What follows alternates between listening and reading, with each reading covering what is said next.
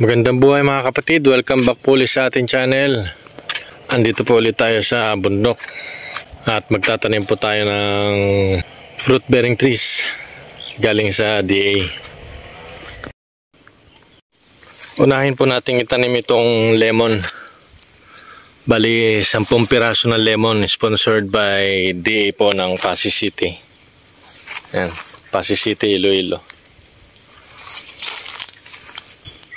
Tatanggalin po natin yung plastic, saka natin ilalagay dito sa hukay. Meron pa po ron.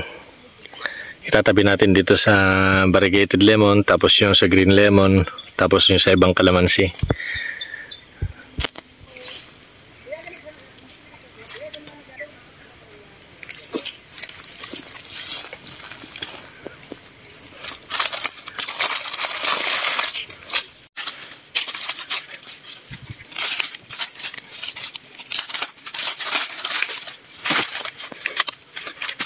Yan na po mga kapatid, nakaisa na po tayo.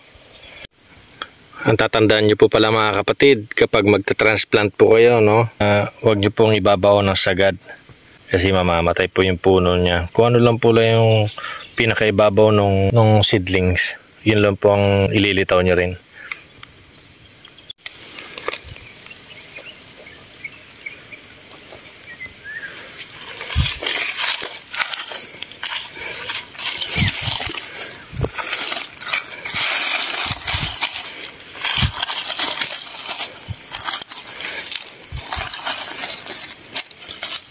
Ito na po yung nakuha natin sa DA mga kapatid. Ito na po yung ating mga fruit bearing trees na itatanim sa bundok. Ayan. Yung lemon nauna na kahapon. Ngayon naman itong iba. Malakas ng ulan po kahapon kaya maaga tayong bumaba. Yung papaya siguro dito na lang sa baba.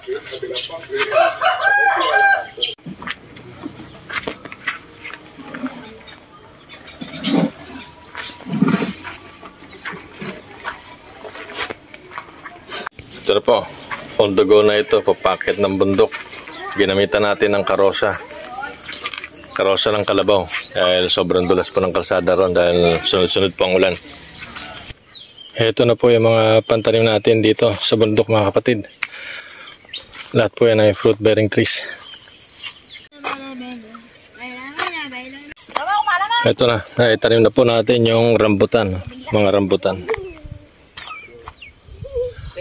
Pati doon. Sa lahat po ng pilapil ng ating taniman.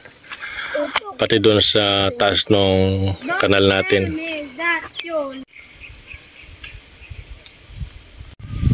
Sa ngayon mga kapatid, hindi pa natin makikita yung mga fruit bearing trees natin dito na nakatanim dahil siyempre maliliit pa nga po.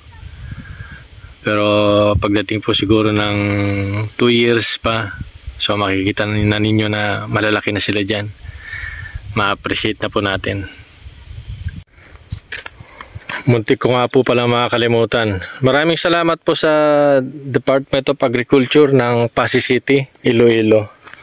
Dahil po sa kanila, nabigyan po tayo ng mga fruit bearing tree seedlings.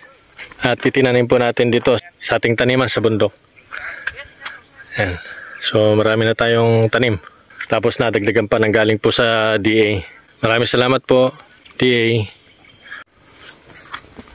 Naitanim na po natin yung lemon, yung mga rambutan, langka.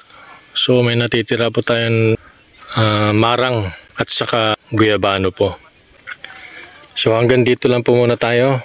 At sana po ay nakatulong ang video nito sa inyo. Gaya po ng lagi natin sinasabi, huwag po tayo mawalan ng pag-asa sa buhay. God bless us all po. Maraming salamat sa panonood. Paalam.